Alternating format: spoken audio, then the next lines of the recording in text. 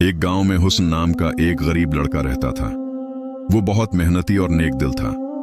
अगरचे उसके पास ज्यादा दौलत नहीं थी, लेकिन वो हमेशा दूसरों की मदद करता था। एक दिन हुस्न बाजार जा रहा था कि रास्ते में उसे एक कमजोर बूढ़ा आदमी मिला जिसका नाम अब्दुल्ला था। वो अपना सामान उठा नहीं पा रहा था। हुस्न फौरन आगे बढ़ा और बोला, बाबा जी, मैं आपकी मदद कर देता हूँ। हुस्न ने सामान उठाया और अब्दुल्ला को उसके घर तक पहुंचा दिया। अब्दुल्ला बहुत खुश हुआ और बोला, बेटा, तुमने आज बहुत नेकी की है, अल्लाह तुम्हें उसका बेहतरीन बदला देगा। कुछ दिन बाद गांव के एक अमीर ताजिर उस्मान को एक ईमानदार लड़के की जरूरत थी। लोगों ने उसे हुस्न की नेकी और अच्छे अखलाक के बारे में बताया। उस्मान ने हुस्न को काम पर रख लिया। हुस्न ने मेहनत और ईमानदारी से काम किया और कुछ ही वक्त में वो कामयाब और खुशहाल हो गया।